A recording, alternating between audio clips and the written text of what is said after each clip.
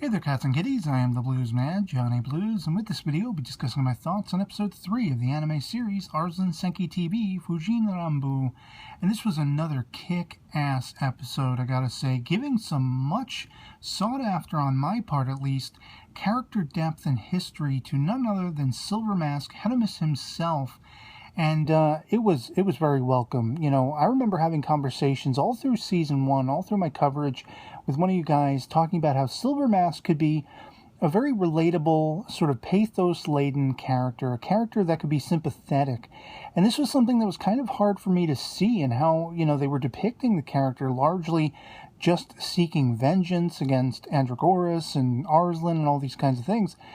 And this, to me, it was like the cream of the crop. I was just so happy to see that we have a character in Silver Mask, that there's more going on. It's not just, you know, sort of a cookie-cutter villain sort of situation with him, that he actually has a history. The idea that he was getting close to this arena girl from Miriam and everything like that, I mean, what could have been, was what I was thinking the entire time we're seeing this flashback sequence after his convalescence, after Andragoras all but tried to murder him, and he just barely got out alive. And, of course, he was saved by Mr. Demon Cloak dude, who told him, you know, basically adding to, like, the prophecy that he would come back and he would seek his vengeance, and a lot of hardship and, you know, bloodthirstiness would reign and rule the day. And this was what Mr. Bad Guy in the Cloak wants. And it's what, you know, Hedimus thinks he wants. I mean, he doesn't really know the entire story, I think. He doesn't, you know, he hasn't considered all of the avenues, everything that's been going on. He hasn't considered what Arslan's been up to, what he's been able to accomplish. He just has seemed, you know, to be strictly wanting to reclaim the throne he believes is his own, whether it is or not, you know. Two wrongs don't make a right and all that kind of stuff. In the case of trying to seek vengeance against Andragoras and what he did, even though what he did was despicable. I mean, you know, this episode especially, it's one of those situations where I'm left really wishing Silver Mask could think better of himself, could somehow, you know, eschew away the seeking of vengeance, eschew away all of his basically just being so enraged over everything that has happened. And I wish he could see a better life for himself. I mean, if he wanted to, what would be stopping him from settling down with this girl? And now we find that she is actually seeking him out once again, you know. She's probably been in hiding just as he was for a very long time. And the encounter between them, it's so bittersweet and a shame. She, you know, it's like she knows it's him, but he'll deny her because he wants nothing to stand in the way of his seeking of that vengeance, of his reaping the rewards of seeing Andragoras defeated, put to death, Arslan as well. And it's such a shame. It's, you know, it's almost facepalm worthy. It's almost table flip worthy, along the same lines as what Andragoras has done to Arslan.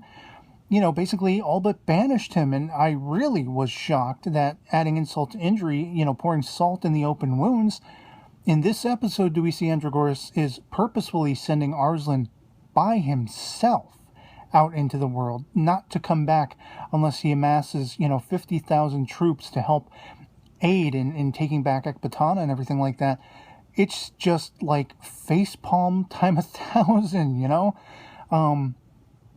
And it's just, as much as I feel for Arslan, and I was, again, like, you know, wanting to flip a table for what that just gigantic a-hole of a so-called father, I like that they're really, you know, reminding us here that they must not be blood relation. And the fact that Tahimane had come with him, like, I kind of thought we saw her in the back of, you know, the little carriage that Andragoras had stolen, but I wasn't sure in the last episode.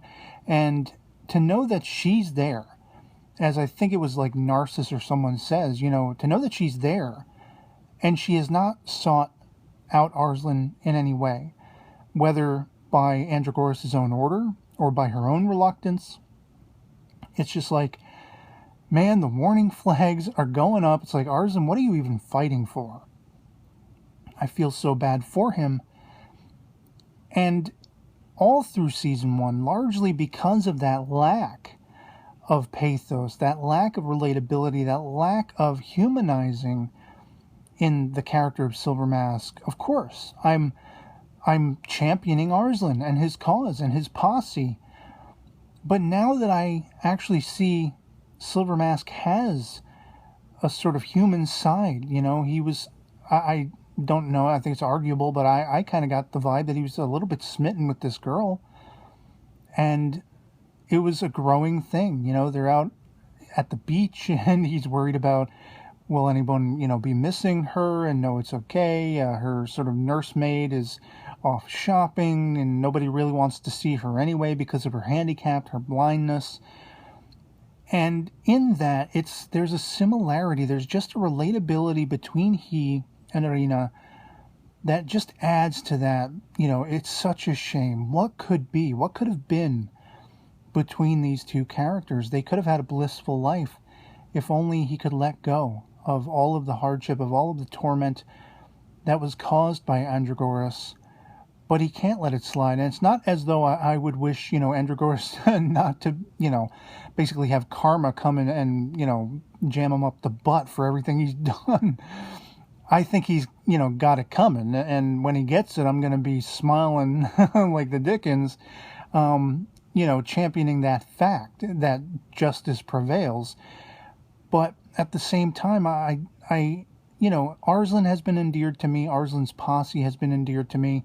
Seeing them at the culmination of this episode, finding their ways out of Peshawar to catch up to Arslan and his becoming teary-eyed. And that entire exchange just warmed my heart. And there is now that sort of, I guess you could say, fleeting feeling, that fleeting sensation along similar lines now for me when it comes to Silver Mask, Hermes. All that he lost, all that he suffered, and just over that next horizon is either more bloody, fiery destruction, or if he would only look right, choose a slightly different path, forget all of the hardships, try to move beyond them. There's so much joy and so much happiness he could potentially have. And I mean, I'm not, trying to belittle all of the sort of politicizing, the whole idea of the hierarchy of the kingdoms and everything like that. I mean, maybe it wouldn't be as simple as Hermes and Irina sneaking off somewhere and creating a life for themselves, but why not? They don't have GPS. They're not going to necessarily find them if they go to a town and, create new identities for themselves and everything. I mean, they stayed as hidden as they had for as long as they had without seemingly any trouble. So it's kind of like, what better could exist for Silver Mask and Irina if they wanted it, They both have a handicap of sorts, and they seem to be well sort of fitted to each other. And it's just, much as I champion Arslan and Arslan's cause, and I wish the best for him and his posse, his group, I want to see them succeed. There's that aspect now as well, as I say, a fleeting glimpse of what could have been with Silver Mask. And it's going to be that much more bittersweet if he meets a bitter end, either by his own hand and of his own doing, or through Andragoras' manipulations, or even if it's a final battle between Silver Mask and Arslan himself. It's one of those things where the characters, there's so much depth to them. There's so much relatability to them. And again, pathos, all of that kind of stuff, that you just want to see them succeed at their causes.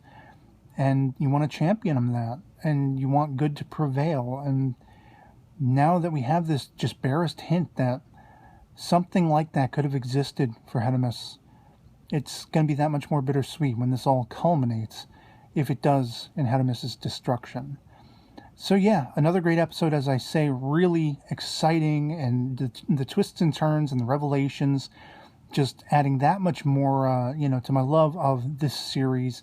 And I'd love to hear from you guys in the comments below. If you've seen episode 3 of Arslan Senki TV, Fuujin Ranbu, if you enjoyed it as much as I did, love it or hate it, anything goes in the comments below. Just love having that conversation.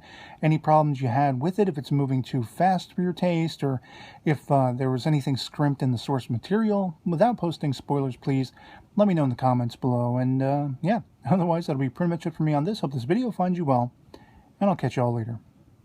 Peace.